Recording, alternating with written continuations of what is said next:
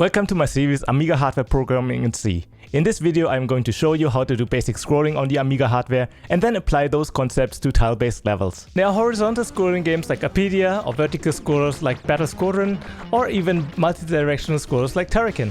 In this video I will introduce the concepts behind horizontal and vertical scrolling graphics.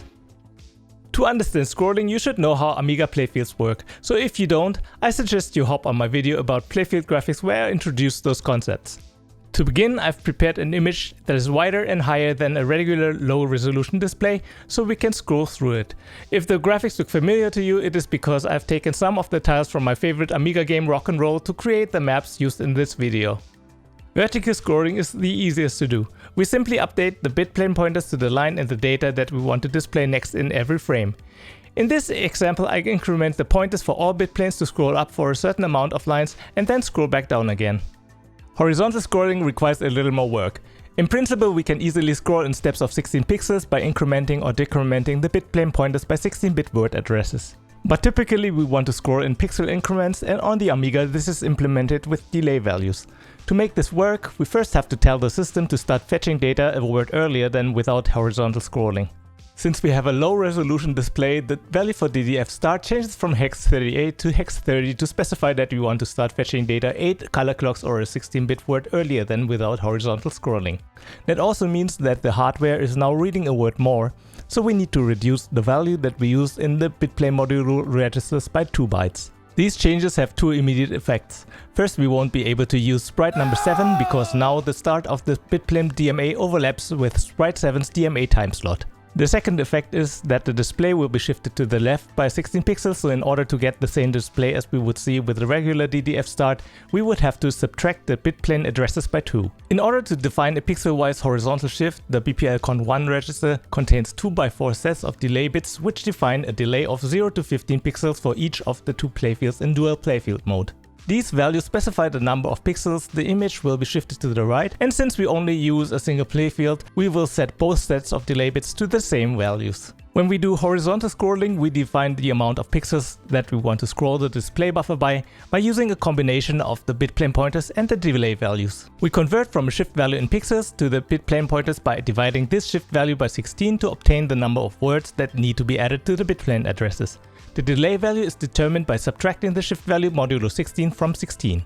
If the shift value modulo 16 was 0, we need to subtract a word from the total number of words that we add to the bitplane pointers. I used this formula in my second example, which is similar to the vertical scrolling program. This will scroll the display buffer left and right for a set amount of pixels. If you don't have any large levels in your game and your playfield graphics don't use much memory, that's actually all you need to know. In the following we will see how we can apply these principles to scroll large tile-based maps. For the next examples, I took my small Rock'n'Roll tileset to create example maps with the level editor tiled and converted them using my retro convert tile tool. The examples in this video all use interleaved images. Warning! Working with interleaved image data can lead to serious knots in your brain. However, it has the advantage that copying with the blitter is more efficient because you can copy the planes of an image together in a single blitter operation. So the convert tile tool turns the map data that was created in tiled into a format that is simpler to read on the Amiga, since I personally think using a JSON parser here is a bit of overkill. We end up with a description of the tile grid and a linear array that contains the tile numbers, which means we only need a very simple loading function for the level description. We also need a function to blit a square tile to a location in the destination, which must be located on a 16-bit word boundary. From this tile blitting function, it is easy to derive two additional blit functions, which will make our life easier. The first is a function to blit an entire row of tiles, and the other will blit an entire column. What we want to do now is use the level description we created to build the display and scroll through it. Typically, we will scroll through a level that is a couple of screens in size, and I will show you a simple method to achieve this, which works for both horizontal and vertical directions. You might have heard of moving panoramas, an invention from the 18th and 19th centuries to create moving backdrops for theater performances. Essentially, you would have a painted canvas of some scenery that would be moved using a transport mechanism, which would create the illusion of a moving landscape. When I think of scrolling through a 2D level, I imagine a moving panorama adapted to the properties and constraints of a computer display. Let's look at the vertical variant first, since it is a little bit simpler. The basic idea is that you reserve a display buffer that is 2 screens high.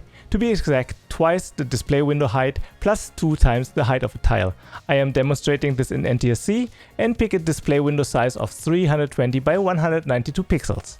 I picked 192 pixels over the usual 200 because it is a multiple of 16, which is our tile height. I just like keeping things as simple as possible. We need to add the 2 tile heights to the display window because in most cases our scroll position will not be on a 16 pixel boundary. In these cases we will need to display at least one additional row. We need the second additional row to split the incoming tile row, which is the next row that will be displayed depending on which direction we are scrolling. If we scroll up, we need to add a row at the bottom. When we scroll down, we add a row at the top. We make a display buffer that is twice as high as we just explained in order to be able to scroll without running past the memory limits of the display buffer. Obviously, when we scroll in one direction and the level is larger than 2 screens, we need a way to keep adding level rows, and the idea here is to have the display buffer wrap around. We do this by maintaining 2 identical copies of the display halves. Every time we add a row on one end, we will split the same row on the opposite end. You can see in this small animation how the level rows are splitted while the display window is moving towards the bottom of the screen. Note that while the display window is moving within the display buffer, so are our virtual identical halves. We need to pay a bit of attention to when the incoming tile row would be splitted at an address before the start address of the display buffer. In that case, we split the row at the very bottom of the display buffer instead. On the other side, if we need to split a tile row that is at a higher address than the memory boundaries of the display buffer, we split that row at the top instead. To create the infinite scroll effect, whenever the display window is about to move past the lower or upper limits, we set the bitplane pointers to the other half of the display buffer. I do this by calculating the Y position within the level modulo half the display buffer height. Since we have to split 2 tile rows, which accounts to 2 by 20 or 40 tiles in total, it would be more efficient to distribute the load of splitting those 40 tiles over the 16 frames that we have available for scrolling over its vertical tile position. I decided to just split the 2 rows in 2 separate frames because this is about the principal idea and I don't want to make this a tutorial about optimization. This is how the code looks like, and when we compile and run this, you can see how this does exactly what we want. Horizontal scrolling of a large level follows the same ideas we just described for vertical scrolling. But now we make the display buffer wider instead. So in this case, twice the window width plus 2 tile widths. Here's another animation to illustrate how this works. Similar to the vertical example, we now add columns on both sides of the display window while we scroll. And if we are about to move past one of the 2 halves, we switch our bitplane pointers to the other half. The same things we previously mentioned about splitting strips at the memory boundaries apply here. As with the previous example, the scrolling code is equally simple and straightforward. And when we compile and run it, this is how it looks like. Please take a look at the source code in the GitHub repository for more details. I hope these examples helped you in understanding the principles behind 2D scrolling and how to make tile-based levels on the Amiga. The concepts for scrolling tile-based levels can actually be applied to other computer systems, which is great. One of the main motivations behind doing these tutorials in a higher programming language like C is that you can take this knowledge and apply it elsewhere without spending too much effort. If this video was helpful to you, please give it a like and leave me a comment if you have any feedback. These things will really help me out to make this channel better. I hope to have you back on my next video. Until next time, take care!